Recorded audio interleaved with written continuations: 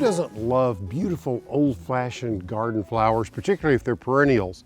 Well, what I'm planting today as a bare root is a beautiful early lavender tall phlox, like we used to see in our grandmother's gardens. And what I'm doing is I'm planting this bare root plant, and what I've done is I've actually let it hydrate a little bit for about 3 hours in some water.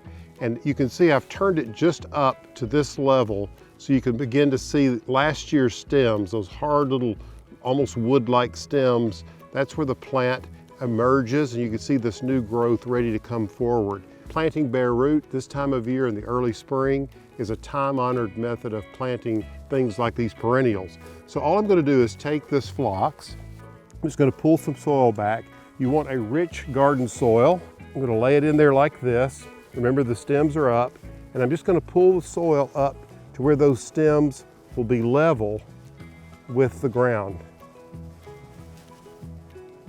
Now all I have to do is water it in, and off she goes.